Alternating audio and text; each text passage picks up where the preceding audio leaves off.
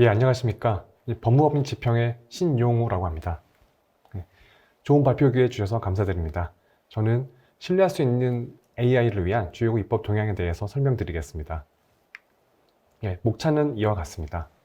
예, 인공지능 입법 정책 필요성에 대해서 간단히 설명드리면 아까 조원영 박사님께서 말씀하시는 것처럼 인공지능의 순기능과 역기능이 있고요. 그 역기능 해결을 위해서 우리나라와 주요국 등에서 그걸 대응한 입법 및 정책을 추진하고 있다는 말씀을 드리겠습니다. 먼저 EU부터 설명드리겠습니다.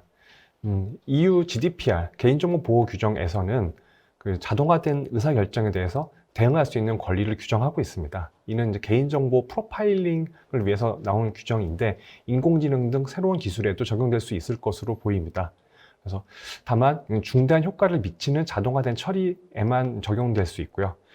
계약 이행에 필요한 경우 또는 관련 법률에서 허용한 경우 정부 주체의 명시적 동의가 있는 경우에는 적용되지 않는다는 것이 한계라고 볼 수 있습니다.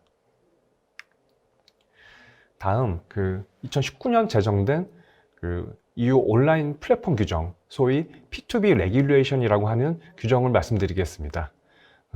이는 이제 온라인 플랫폼의 공정성과 투명성 강화를 위해 규정이 됐는데, 특히 투명성 강화 방안으로서 검색 결과 노출 순위를 결정하는 알고리즘의 주요 파라미터를 공개하고 차별적 대우나 최고 우대 고객 조항 등에 대한 설명 의무를 부과하도록 규정하고 있는 것이 특징입니다. 앞장에서 설명드린 P2B 레귤레이션의 하위 규정으로서 EU에서는 순위 투명성 가이드라인을 발표했습니다. 그래서 이 알고리즘을 결정하는 주요 파라미터를 선정할 때 어떤 고려사항이 필요한지에 대해서 상세히 설명하고 있습니다.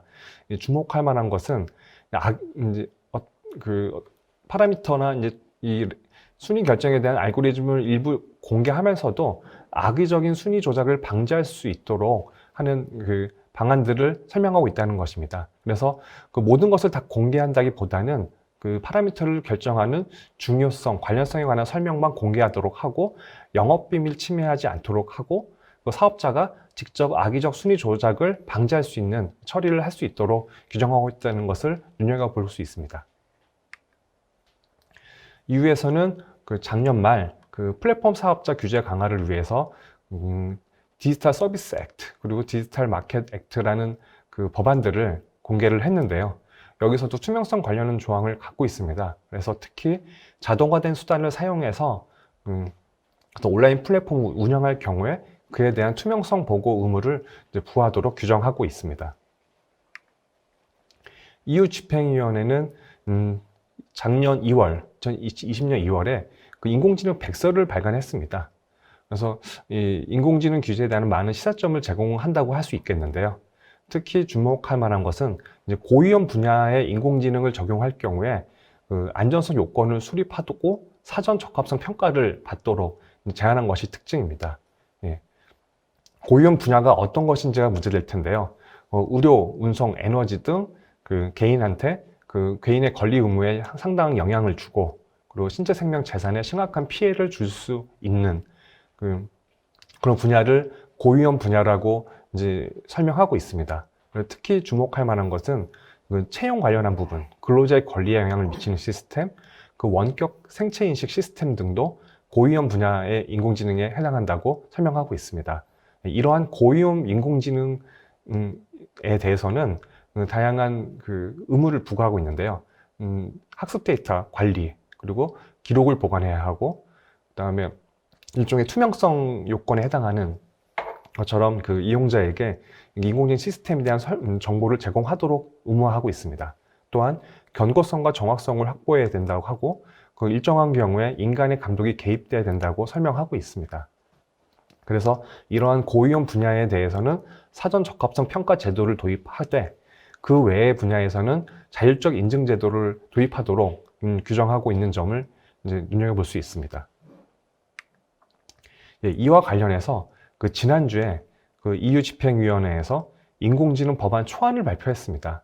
이는 앞서 설명드린 인공지능 백서의 설명과 내용과 궤를 같이 한다고 볼 수 있겠는데요. 이 역시 위험 기반 접근법을 채택하고 있습니다. 그래서 인공지능 시스템을 허용할 수 없는 위험, 고위험, 최소 위험 등으로 분류를 하고 각각의 차등적인 규제를 이제 적용하고 있는 것이 특징입니다.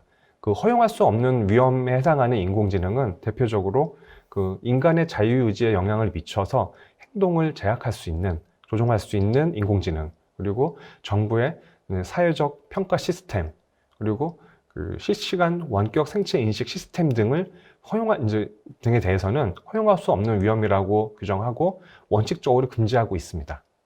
예. 그 다음에 고위험 인공지능이라고 하는 것은 인간의 권리 의무에 직접적인 영향을 주는 인공지능 시스템을 얘기하는데요. 좀 상세하게 설명이 되어 있습니다. 그래서 교통 인프라, 그 다음에 시험 채점, 대출에 관련한 신용 평가, 그리고 이민, 망명, 그다음에 사법 행정 및 민주 절차, 이런 내용들이 대표적인 인공지능 고위험 시스템이라고 볼 수 있겠습니다. 이러한 고위험 인공지능 시스템에서는 시장 출시 전에 사전 적합성 의무가 부과되는데요. 먼저 적절한 위험에 대한 적절한 관리가 필요하고, 그 다음에 인공지능 학습 데이터, 입력 데이터에 대한 품질을 일정 기준 이상이 되도록 충족해야 된다는 점을 의무화하고 있습니다. 그 다음에 결과를 추적하기 위한 기록 저장, 그 다음에 투명성에 해당하는 문서 제공 등, 그리고 위험한 경우에 사람이 개입할 수 있도록 하는 적절한 조치 등을 의무화하고 있습니다. 그 다음에 그보다 좀 낮은 단계로서 제한된 위험을 갖고 있는 인공지능 경우에는 이 정도까지의 많은 의무를 갖고 있지는 않고 투명성 의무 정도가 부과되는데, 대표적인 분야로는 챗봇 분야를 들 수가 있습니다. 그리고 스팸 필터 같이 사람의 권리 의무에 직접적인 영향을 주지 않는 걸로 보이는 인공지능에 대해서는 이 법률이 개입하지 않는다고 규정하고 있습니다. 또 눈여겨볼 것은 과징금 부분인데요. GDPR 경우에 전 세계 매출액의 최대 4% 또는 2%의 높은 과징금을 부과하고 있도록 규정하고 있는데, 이보다도 더 높게 허용되지 않는 인공지능을 사용하거나 고위험 인공지능에 해당하는 의무 요건을 위반했을 경우에 전 세계 매출액의 최대 6% 또는 3천만 유로 중 높은 금액의 과징금을 부과할 수 있도록 규정하고 있고, 그 외의 위반에 대해서는 4%에 대해 전 세계 매출액의 최대 4% 또는 2천만 유로 중 높은 금액을 부과하도록 해서 상당히 높은 금액을 부과할 수 있도록 규정한 것이 특징입니다. 향후 입법 과정에서 어떤 분야가 고위험 분야인지, 그 다음에 스스로 인정할 수 있는 어떤 범위가 있는지, 그리고 EU 내에서도 국가별로 인공지능 시스템 개발과 산업 적용에 대한 입장 차가 있을 텐데, 그런 차이를 어떻게 조정할 것인지 등이 문제될 것으로 전망됩니다. 다음은 미국 상황에 대해서 설명드리겠습니다. 미국에서는 2019년도에 알고리즘 책임 법안이라는 제목의 법안이 발의됐었는데요. 이것은 임기 만료로 폐기된 바가 있습니다. 개인정보와 관련되거나 자동화된 의사결정을 하는 고위험 시스템에 대해서 미리 평가를 할 것을 규정하고 있는데요. 이것은 FTC, 연방거래위원회가 규칙을 만들도록 규정하고 있고, 상세한 내용을 담고 있지는 않습니다. 그리고 연간 5천만 달러 이상의 매출 또는 200만 명 이상의 개인정보를 취급하는 기업 등 일정 규모 이상의 기업에 대해서 적용되고 있고, 또한 데이터 브로커 기업에 대해서 특별히 또 적용될 수 있다라고 규정한 것이 특징입니다.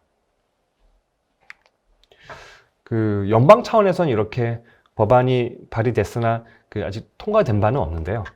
개별 주에서는 다양한 형태의 규제와 입법이 추진되고 있습니다. 뉴욕시 의회는 2018년도에 뉴욕시의 알고리즘 사용에 있어서 편향성이 있는지 여부를 점검하는 기구 설립에 관한 입법을 진행했습니다.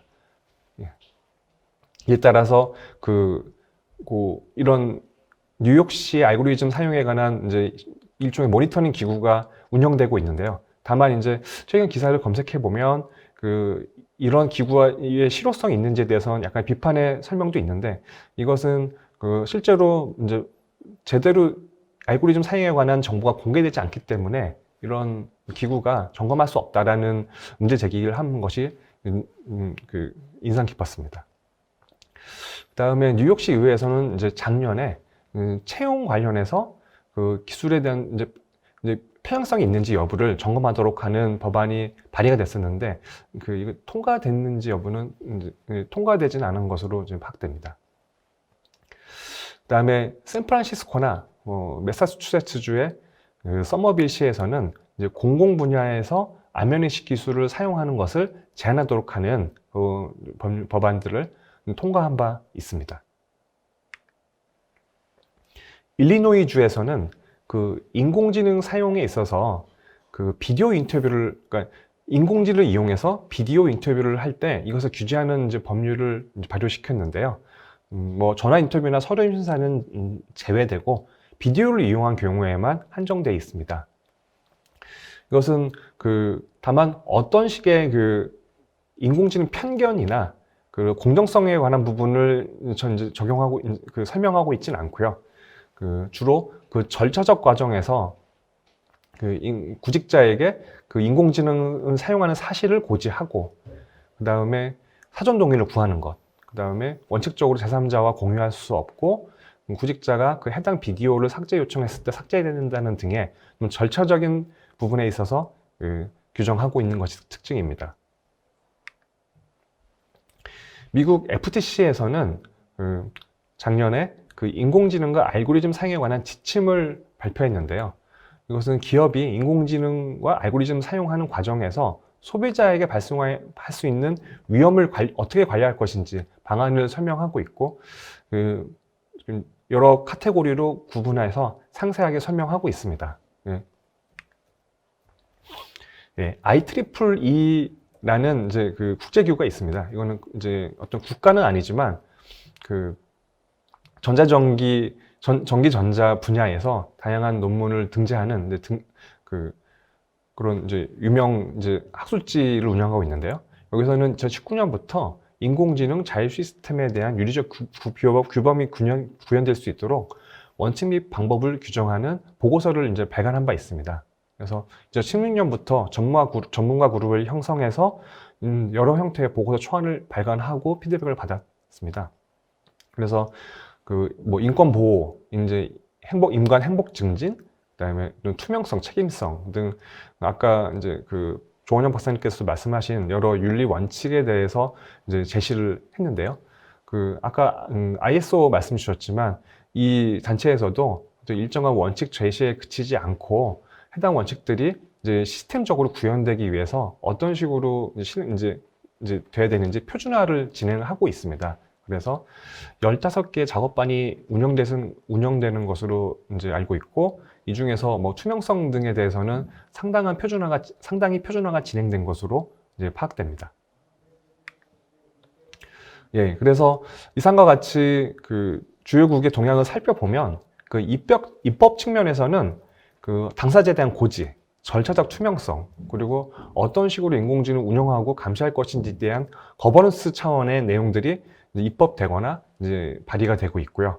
뭐 알고리즘 편향성을 줄인다거나 공정성을 확보한다거나 하는 내용적인 규제에 대해서는 어떤 강제성이 없는 지침이나 윤리적 규범의 형태로 추진되고 있는 것이 특징입니다. 그 다음에 이유를 중심으로 해서 고위험 분야에서는 사전 인증 제도를 도입함으로 해서 어떤 기술적, 제도적 장벽을 만들려는 움직임이 있다고 볼 수 있습니다. 예, 이제 국내 이제 입법 정책 동향에 대해서 간단히 설명드리겠습니다. 작년 이제 2020년 5월까지 임기였던 20대 국회에서 어떤 입법이 통과됐는지를 간단히 설명드리면, 주로 인공지능 기술산업진흥과 규제를 동시에 아우르는 기본법 성격의 지능조합기본법이 통과된 것이 특징이고요. 그 외에는 자율주행차, 드론, 스마트시티 등 개별 분야에서의 이제 기술산업진흥과 이제 규제 특례에 관한 내용들이 담은 법안들이 입법화된 것이 특징입니다. 예, 이 중에서 인공지능에 관련한 좀 일종의 기본법 성격을 갖고 있는 지능정보기본법에 대해서 간단히 살펴보겠습니다. 그래서 인공지능을 포함하는 여러 기술을 통칭해서 지능정보기술이라고 정의를 하고, 그다음에 뭐 기술 표준화, 전문력 양성 등 일반적인 ICT 이제 지능 법안에 대한 내용들을 포함하고 있고요. 그다음에 거버넌스 차원에서 원래는 이제 4차 산업혁명위원회 설치 근거가 있었는데, 그것이 이제 기존의 정보통일전략위원회가 정책 심의하는 것으로 이제 변경됐다는 것이 특징입니다. 그다음에 인공지능 학습에 있어서는 데이터가 이제 양질의 대규모 데이터가 필수적인데, 이거에 대한 이제 데이터 시책 마련과 유통 활용 활성화에 관한 조항이 2개 들어가 있습니다. 그래서 기본법적 성격을 갖고 있기 때문에 많은 내용을 담지 못했다라는 이제 그 한계가 있고요. 그다음에 그 부처 간 협력 이제 그런 조정 과정에서 공공 데이터 부분은 좀 제외된 것이 특징입니다. 그다음에 아까 여러 주요국에서도 설명됐듯이 안전성이나 또는 투명성에 관한 내용들이 어떤 법안에 이제 추진되고 있는데, 이 법에서 일단 안전성 보호 조치로서 오작동 방지, 이제 침해 방지 등의 조치를 하도록 하고, 비상정지 기능이라든가 인간이 개입하는 것이죠. 그 다음에 기록을 저장 관리하도록 하는 내용을 인공지능 시스템이 갖추도록 그런 조치를 하도록 담고 있는데, 이제 다만 이게 다양한 인공지능 활용 분야에 있어서 아울러서 이제 고시를 할 수 있는지, 이 부분에 대해서는 이제 좀 더 연구가 필요해 보입니다. 그래서 어떤 개별 분야에서의 지능에 있어서는 특별히 이해관계자 충돌이 없기 때문에 법이 통과됐는데, 다만 이제 여기서 자세하게 설명 안 드렸지만 어떤 인공지능으로 인한 사고 발생 책임, 그리고 인공지능이 어떤 권리 의무의 주체가 되는 그런 내용의 법에 대해서는 아직 기술적 성숙도가 높지 않고 사회적 합의가 부족해서 입법화는 되지 않은 것으로 평가됩니다. 네, 21대 국회에서도 다양한 인공지능 관련한 입법이 추진되고 있는데요. 특히 이제 설명드릴 수 있는 것은 알고리즘 공개에 관한 것입니다. 그래서 지금 국내적으로 이제 알고리즘이 편향됐다 또는 투명성이 부족하다는 여러 문제 제기가 있어서 이에 말맞춰 입법이 추진되고 있는 것으로 보입니다. 그래서 뭐 뉴스 기사의 배열을 어떤 식으로 할 것인지에 대해서 구체적인 기준을 공개하도록 하는 법안. 그 다음에 온라인 플랫폼법이 이제 최근에 이제 이슈가 되고 있는데, 여기서 이제 콘텐츠 노출 방식 등 노출 순서의 기준을 공개하도록 하는 내용들의 법안들이 이제 담겨 있습니다. 그 다음에 우버 드라이버 또는 이제 배달의 민족 배달 기사처럼 그런 플랫폼 노동 종사자에 대해서 어떤 식으로 배정이 되는지 또는 이용 수수료가 어떻게 결정되는지에 대해 영향을 미치는 그런 알고리즘, 아마도 인공지능으로 이게 운영이 되겠죠. 이제 그런 요소에 영향을 미치는 주요 사항들을 이제 공개하도록 한 부분이 있고요. 그 다음에 정보통신망법에선 기사뿐만이 아니라 이제 다양한 분야에 있어서 기사의 배열을 포함해서 기사 배열, 그 다음에 재화의 거래에 있어서의 노출 기준, 그 다음에 그 밖에 정보의 신뢰성, 안정성에 영향을 주는 사항들에 대해서 공개하도록 과기정통부나 방통위에 매년 공개하도록 하는 내용의 법안도 통과된 바 있습니다. 예. 이상으로 주요국과 이제 우리나라에 있어서 인공지능 관련한 입법 동향에 대해서 설명드렸습니다. 네, 감사합니다.